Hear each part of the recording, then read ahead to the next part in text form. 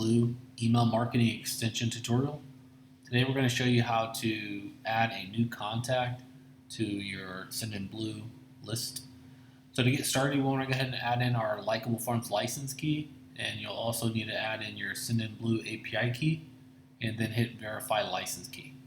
So as long as your license key is validated, we can go ahead and move on to our extension settings.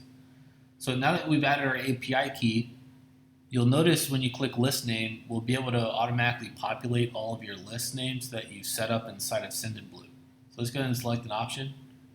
The next step is we need to go ahead and build out the customer data that we need to send to Sendinblue. So we'll need the email address, a first name, a last name, and a mobile number. So since our form doesn't have any fields, let's go ahead and add a few.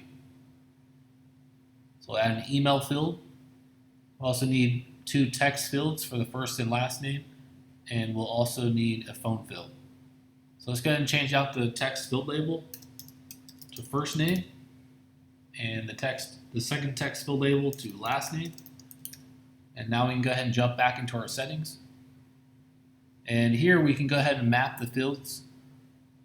So we'll use our email address field for the customer's email, the first name for the first name, last name for the last name, and the phone field for the mobile number.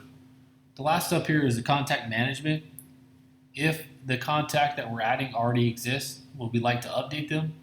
Or if the contact exists, do not update the contact. So let's go ahead and update the contact even if they do exist. And there you have it.